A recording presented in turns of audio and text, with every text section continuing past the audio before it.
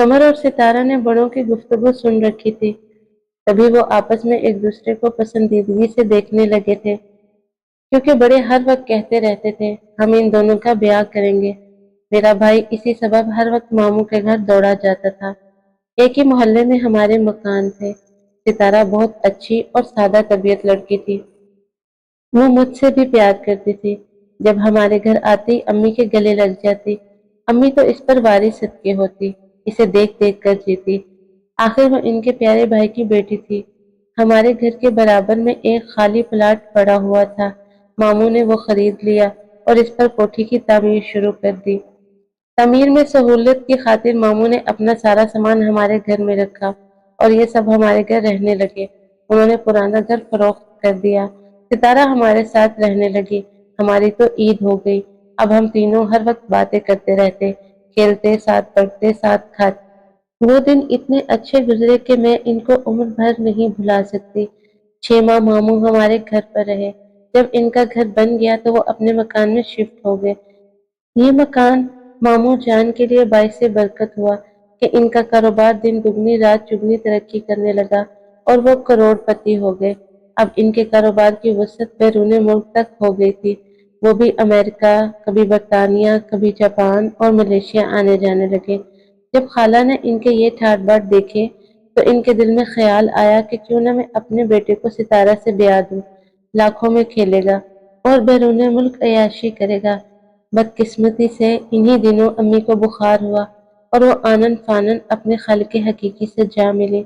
हमारे लिए यह सदमा था। हम दो ही बहन भाई थे और अपनी माँ से बहुत प्यार करते थे।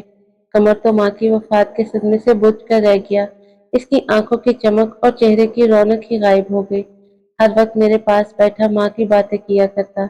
मैं लड़की थी, मुझको माँ के जाने का सदमा कम ना था, लेकिन भाई की हालत देखकर ये जाहिर करती जैसे मुझको सब्र आ गया है। तमाम वक्त कमर को ढारस देती और इसकी दिलजोई में लगी रहती, क्योंकि मेरा भाई बहुत हसास था। इसे तो माँ की जुदाई में दौरे पड़ने लगे थे। अगर मैं इसे ना संभालती तो जाने इसका क्या हाल होता। मुमानी और दीगर रिश्तेदार भी हमारे घर आकर रहे, हमको सहारा दिया, लेकिन कुछ दिनों बाद सभी अपने अपने घरों को चले गए। अलबत्ता हमारी सगी खाला को जाने क्या हुआ कि इतना प्यार करने वाली ने हमसे सर्द मेहरी इख्तियार कर ली और मुंह फेर लिया। उन्होंने कमर के खिलाफ मामू और मुमानी के कान भरने शुरू कर दिए। खुदा जाने वो क्या कुछ कहती थी कि हम दोनों को जो प्यार की उम्मीद लेकर मामू के घर जाते थे, हमें वहां उनसे वो प्यार ना मिलता था वो जो पहले मिलता था। होना तो ये चाहिए था कि माँ के फौत होने के बाद रिश्तेदार ज्यादा हमको तवज्जो और प्यार देते, मगर सबने रफ्ता रफ्ता हमारी तरफ से मुंह फेर लिया। अब कोई हमारे घर नहीं आता था। फिर भी कमर रोज मामू के घर चला जाता, क्योंकि इसकी आदत थी कि वो वहां जरूर जाता और सितारा से बातें करता। मैं ज्यादा समझदार निकली। जब देखा कि मामू के घर से मुझे खातिर ख्वाह लिफ्ट नहीं मिल रही तो मैंने जाना कम कर दिया, मगर भाई को जैसे किसी बात की परवाह न थी। वो बाज ना आया। मैं इसको समझाती मगर वो एक कान से बात सुनता और दूसरे कान से निकाल देता। जब मैंने इसको बहुत ज्यादा समझाया तो इसने कह दिया कि सितारा मेरी मंगेतर है और मैं इसकी खातिर जाता हूँ, आप मुझको मत रोका करें। मुमानी मुंह पर तो भाई को कुछ नहीं कहती थी, मगर जब वो इनके घर पर होता तो अपनी बेटी को सख्त सुस्त कहने लगती। इनके इस रवैये का कमर के दिल पर असर होता। जब भाई ने देखा कि मामू के घर में सितारा से ठीक तरह बात करना दुश्वार हो रहा है, वो इससे स्कूल के रास्ते में मिलने लगे। एक दिन रास्ते में सितारा की उस्तानी ने उसे कमर के साथ बातें करते देख लिया। जब वो स्कूल पहुंची, उस्तानी ने इसे बहुत डांटा, बल्कि आड़े हाथों लिया। सितारा की बहुत सबकी हुई। उसने कमर को मना कर दिया कि वो स्कूल के रास्ते में ना आया करे, क्योंकि उस्तानी ने मुमानी को भी शिकायत कहलवा भेजी थी। इस वाक़ये के बाद कमर काफी अपसेट और परेशान सा रहने लगा। वो खाता पीता भी कम था और किसी काम में दिलचस्पी नहीं लेता था। इन्हीं दिनों इसकी दोस्ती एक लड़के आरिफ के साथ हो गई। वो एक गलत किस्म का लड़का था जिसने मेरे भाई को बुरे रास्ते पर लगाने की कोशिश की और कमर आवारा हो गया। अब वो देर से घर आता, कॉलेज जाना इसने छोड़ दिया और घर से निकलते वक्त बताकर ना जाता कि मैं कहाँ जा रहा हूँ और कब आऊंगा। कमर भाई की आदत और अतवार बदलते देखे तो मुझको बड़ी तशवीश हुई। मैंने मामू के घर गई और सितारा को बताया कि चांद ऐसा हो गया है। तुम्हें इसको समझा सकती हो और रोक भी सकती हो, क्योंकि वो तुम्हारी हर बात मानेगा। वो भी परेशान हो गई। उसने कहा, मैं जरूर समझाऊंगी। मौका पाकर कमर को समझाने सितारा हमारे घर आई। इत्तेफाक से उस दिन भाई घर पर था। सितारा ने कहा, कमर, तुमने मेरे बारे में क्या सोचा है? यही कि मैं तुम ही से शादी करूंगा। अच्छा, तो फिर तुम मेरी एक बात मानो। तुम आरिफ और इसके साथी लड़कों से दोस्ती छोड़ दो और आवारगी खत्म कर दो, वरना मैं तुमसे शादी नहीं करूंगी। ये बात कमर के दिल पर गोली की तरह लगी। उसने आरिफ से दोस्ती खत्म कर दी। बुरी सोबत तर्क करके वो दोबारा पढ़ाई में संजीदा हो गया। इसने बाकायदगी से कॉलेज जाना शुरू कर दिया। 2 साल तक वो किताबों का कीड़ा बन गया। यहाँ तक कि जब रिजल्ट आया तो इसने फर्स्ट पोजीशन ली थी। इस कामयाबी पर मैं और अब्बा जान फूला न समाते थे। अम्मी जिंदा होती तो मामू, ममानी और खाला भी खुशी से दीवाने होते, मगर अब उन्होंने किसी किस्म की खुशी का इजहार ना किया। अलबत्ता कभी खुशी अगर किसी को हुई तो सितारा को हुई। उसने सजदा शुक्र अदा किया। औरत चाहे तो मर्द का दिल और दिमाग ही नहीं, इसकी कायनात ही बदल डाले। कम अज कम मेरे भाई के साथ यही हुआ। वो नेक और अच्छा बन गया, लायक हो गया। तो अब इसने सोचा, अब तो मामू के घर इसकी इज्जत होगी। वो पहले से ज्यादा मामू के घर जाने लगा, मगर किसी ने नोटिस ना लिया, सिवाय सितारा के, जो दिलो जान से इसकी मुंतजिर होती थी। एक दिन कमर भाई खाला के घर गए। इनसे कहा, खाला, तुम माँ की जगह हो। इन लोगों को न जाने क्या हो गया है। मेरी माँ के मरते ही बदल गए हैं। तुम ही इनको समझाओ। सितारा मेरी मंगेतर है। तभी खाला ने जवाब दिया, पुराने बंधन भूल जाओ और अब तो मामू के घर भी मत जाया करो। खाला की बात सुनकर कमर को बहुत दुख हुआ, मगर वो बाज ना आया। फिर मामू के घर गया। खाला वहां बैठी थी। इनकी तेवरी पर बल पड़ गए। उन्होंने मुमानी से बात की कि लड़का रोज यहाँ आता है और तुम्हारी जवान लड़की घर में है। तुम कैसी माँ हो? इतनी गफलत अच्छी नहीं। गोया मुमानी को अकल के नाखून मिल गए। उन्होंने बेटी को कहा, सितारा, कमर अब आए तो कह देना कि आइंदा यहाँ ना आया करे। सितारा मजबूर हो गई। वो माँ से डरती थी। उसने कमर से कहा, अब यहाँ ना आया करो, अम्मी ने मना किया है। इसने बात मान ली। फिर कभी इनके घर नहीं गया, क्योंकि मेरा भाई सितारा की हर बात मानता था। मामू की बड़ी बेटी की शादी थी। हम भी गए। वहां कमर और सितारा बहुत खुश थे, क्योंकि दोनों एक घर में थे। वो छत पर बैठे बातें कर रहे थे कि खाला ने देख लिया।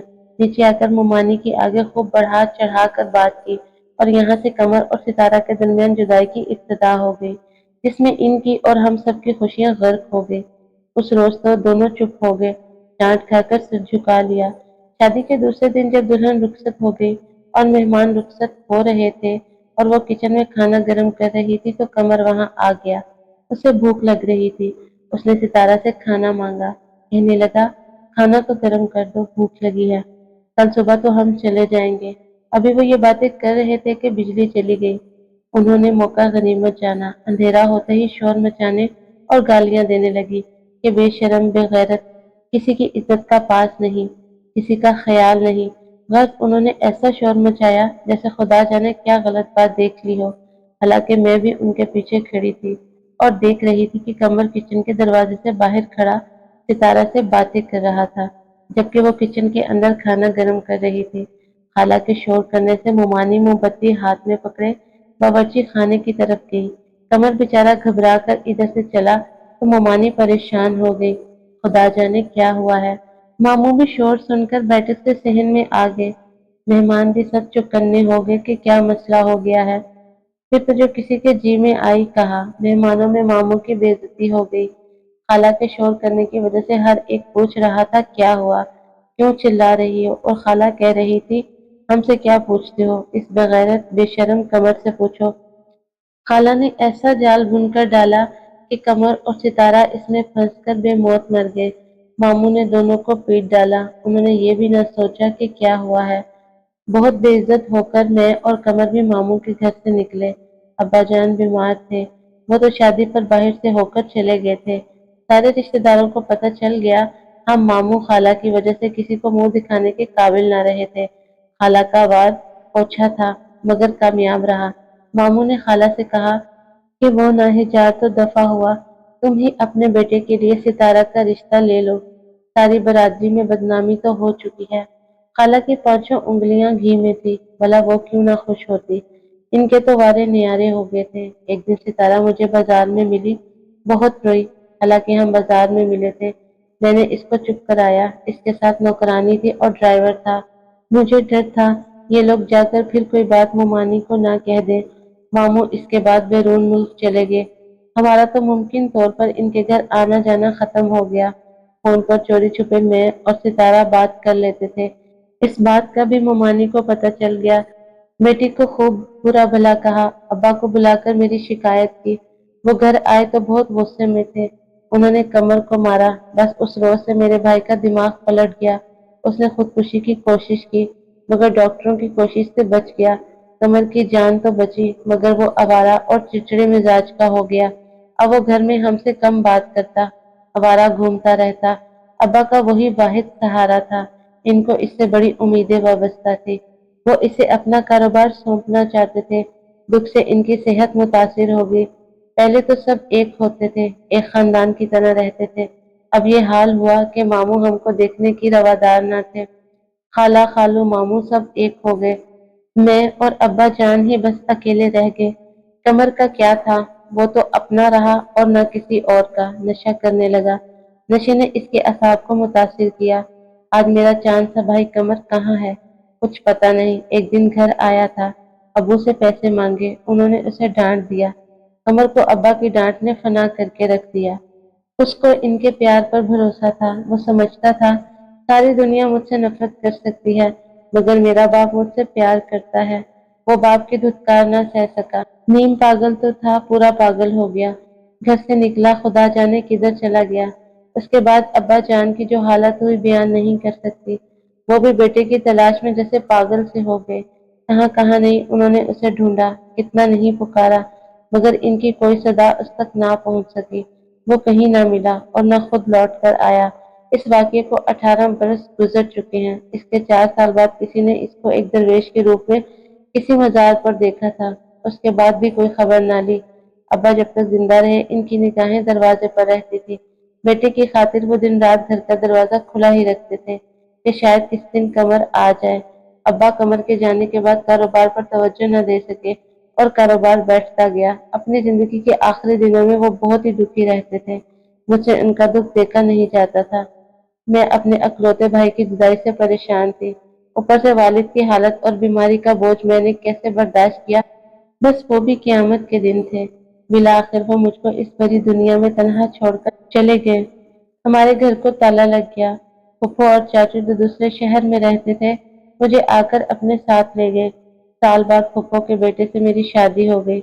خالہ نے بڑے چاؤ سے ستارہ کو اپنی بہو بنایا تھا مگر ان کے بیٹے غصے کا تیز اور نالائق تھا۔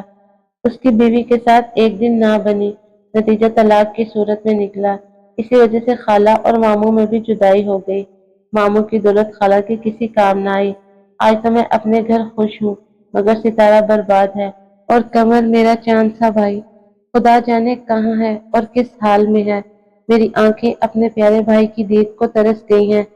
ایک بہن کو اپنے بھائی سے کتنی محبت ہوتی ہے یہ کوئی ان بہنوں سے پوچھے جن کے بھائی جیتے جی ان سے بچھڑ جاتے ہیں۔